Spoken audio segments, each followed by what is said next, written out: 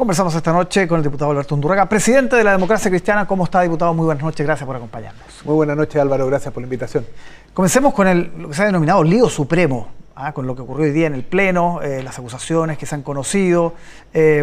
Finalmente la Suprema trata de zanjar las cosas muy a su estilo, ¿no? Anunciando comisión de ética, reformas, convoca a los otros poderes del Estado, pero queda en el debate todo el tema del nombramiento de los jueces, no solamente los jueces, los fiscales, los conservadores, en fin. ¿Cómo están viendo, cómo se soluciona algo así? Mira, yo creo que cuando hay un problema de esa naturaleza, Álvaro, es bueno que se enfrente y se resuelva, que no se esconda debajo o que no se barra debajo de la alfombra.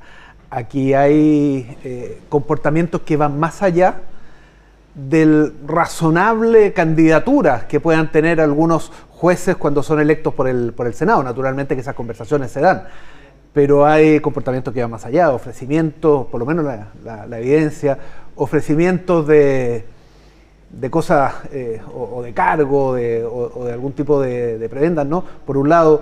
Por otro lado está que por ahí un notario filtra cuadernos de remoción. Son cosas serias, yo creo que tienen que investigarse y sancionarse. Y separar aquellas cosas que están en el legítimo ejercicio de las candidaturas que hacen los jueces cuando ascienden a la Suprema, que eso sucede, es normal porque los senadores finalmente toman su votación en función de los antecedentes que tienen a la vista, con el tráfico de influencia. Hay una línea delgada ahí, pero yo creo que, y me gustaría que el resultado de todo este proceso, la Corte Suprema pudiera separar, mire, estos comportamientos son adecuados, estos no son adecuados y requieren sanción. Como los que hemos visto en algunos de los, sobre todo reportajes, ¿no? Si aquí la prensa ha jugado un rol bien importante. Sí, Ciber Chile, hay que darle el crédito. Y Mario Desbordes, que es candidato en Santiago por la oposición, aparece en estos chats. ¿Complica su candidatura? Vamos a ver, pues vamos a ver si en qué lado de la línea está. Vamos a ver si está en el lado de la línea de las normales conversaciones que se tuvieron con senadores o en la línea del tráfico de influencia. Eso será parte de la investigación. Aquí nadie está exento de que se le investigue. Hablemos de relaciones exteriores en una semana donde la Cancillería aparece con varios flancos, ¿no? Algunos ya zanjados como la base militar argentina, pero el embajador en España, que ya estaba de alguna manera con tarjeta amarilla, tiene un nuevo incidente y finalmente el canciller anuncia que se queda, y eso ha generado, usted ha visto, todo un lío en la oposición. ¿Qué piensan ustedes desde la ADC? Que siempre lo digo, no son partidos ni de gobierno ni de oposición. O sea que es sorprendente la decisión que se ha tomado en el caso del embajador de España. ¿Y por qué digo sorprendente? A mí me fui invitado a la gira presidencial y vi en Alemania y en Suecia, y posteriormente todos nos vimos al presidente en Suiza, el carácter de estadista, ¿no? De representante del país, marcando diferencias además con otros líderes de América Latina, en una delegación amplia, invitando a todos los sectores, defendiendo los intereses de Chile, jugándosela por la paz en Ucrania, condenando la invasión rusa. Y sabe que eso, que es un comportamiento excelente y que enorgullece a todos, debiera enorgullecer a todos los chilenos, no calza con la decisión de mantener al embajador. Y claro, el presidente tendrá sus razones, es una facultad presidencial, pero no calza, ¿no? Porque aquí la constante en el caso del embajador de Chile en España ha sido la imprudencia, ¿no? Que declaraciones políticas participando en la contingencia, que después estas fotos cuestionadas, hoy día este impasse a propósito de la declaración en armamento. Entonces, finalmente la imprudencia parece ser la constante, y ese como que no encaja con el perfil de un buen embajador. Entonces por eso es sorprendente, ¿no? Es sorprendente o a rato inentendible esta decisión que ha tomado el presidente. Se le respeta porque es parte de sus atribuciones, pero no calza con el presidente Boric que vimos todos en la gira y en la cual la verdad que lo felicitamos por ello. Sí, ahora la vocera dice que no tiene que ver con que sea amigo, y eso cuesta creerlo, ¿no? Porque sabemos que son amigos con el presidente, el embajador. Si fuera otro, Ignacio Walker el otro día me decía, un embajador de carrera se van 24 horas con esto. Por eso digo que cuesta entenderlo, ¿no? Porque si uno analiza las faltas del embajador, son todas para tarjeta amarilla. No hay ninguna como la de la embajadora, ¿te acuerdas de la embajadora en Reino Unido que era tarjeta roja roja directa? Pero en todas las profesiones, pasa en el fútbol, que es el ejemplo que estamos ocupando, pero en todas las profesiones la acumulación de tarjeta amarilla llega un momento que se sabe que salga para el lado. Yo creo que finalmente lo que nos pasa a nosotros, lo que te pasa a ti, Álvaro, lo que le pasa a la gente, dice, pero esto no se entiende. Y vienen las especulaciones, como esto de lo que menciona respecto a la amistad.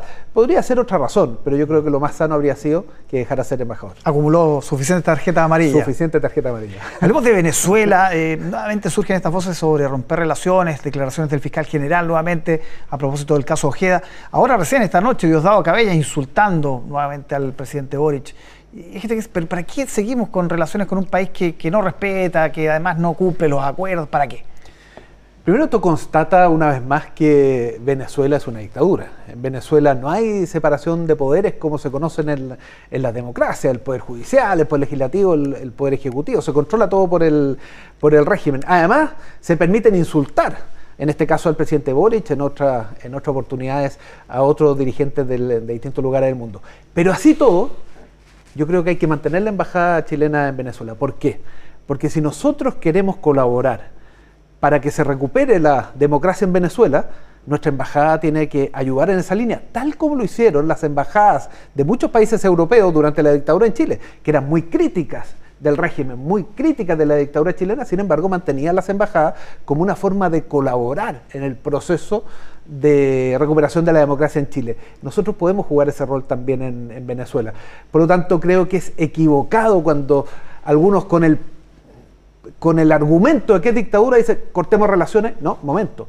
Por ese mismo argumento tenemos que mantener la embajada más allá de que la relación precisamente no sea muy amistosa. Sobre todo porque el candidato opositor está bien en las encuestas, o sea, en una elección relativamente normal podría ganar. Tenemos dudas en este caso. Y por lo tanto, ¿qué se hace en esos casos en el mundo? Se presiona, se generan distintos comités de veedores internacionales para que estén mirando, que estén observando las elecciones, pero para eso hay que estar en el lugar. Esto no se hace vía satélite, no se hace por internet, no se hace desde Santiago, sino que se hace desde Caracas, ¿no? Entonces, por eso creo que es positivo, es bueno para la recuperación de la democracia en Venezuela que Chile mantenga su embajada, más allá de la tensión evidente que tenemos con Venezuela, la descalificación en este caso, o la nula o poca colaboración que hay respecto al asesinato del teniente Ojeda, entre otras cosas, ¿no? Tenemos problemas con Venezuela, sin duda que los tenemos. ¿Es una dictadura? Sin duda que es una dictadura, pero aún así tenemos que mantener la embajada. Hablemos de los dichos de Evelyn Matei a propósito del crimen organizado, lo vinculó de alguna manera a la extrema izquierda, que habría ayudado, en fin, declaraciones que cayeron muy mal hoy día en el oficialismo. ¿Cómo las leen ustedes? Estamos hablando de quién hoy día encabeza las encuestas. Yo creo que se equivocó Evelyn Matei. Se equivocó no por hacer una crítica directa al narcotráfico y al riesgo que el narcotráfico entre en la política, porque eso...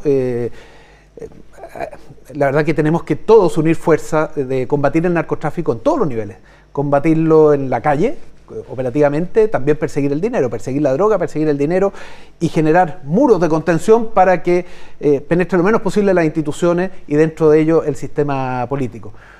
Pero vincularlos a un sector específico y sin dar antecedentes es la verdad que una discusión que tenía que ser de nivel, bajar al área chica y no le queda bien a lo que ella ha representado, ¿no? Por lo tanto, creo que se equivocó. Ahora, ¿cómo pueden enmendar su error?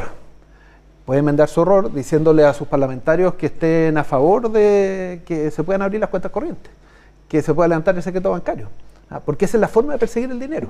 Porque aquí se trata no solo de perseguir la droga, sino que también perseguir el dinero. En parlamentarios, por supuesto, en alcaldes, por supuesto, en ministros, por supuesto, en autoridades, pero en todo aquel que tenga movimientos sospechosos respecto a los saldos normales que tienen en sus cuentas corrientes.